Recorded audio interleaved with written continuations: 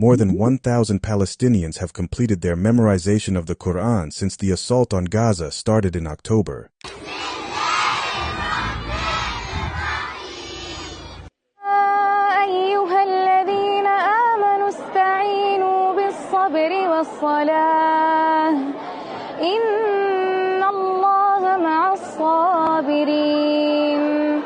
The destruction, bombing, and the harrowing effects of starvation and genocide have not stopped Palestinian men, women, and children from memorizing the Quran. With mosques being destroyed, they have gathered in small shelters and tent mosques across Gaza to recite the Book of Allah. And in special days like the day of Arafah, hundreds of Hufad gathered to recite the Quran in one session. Throughout these challenging circumstances, their faith has remained unshaken, and their belief in Allah has become stronger.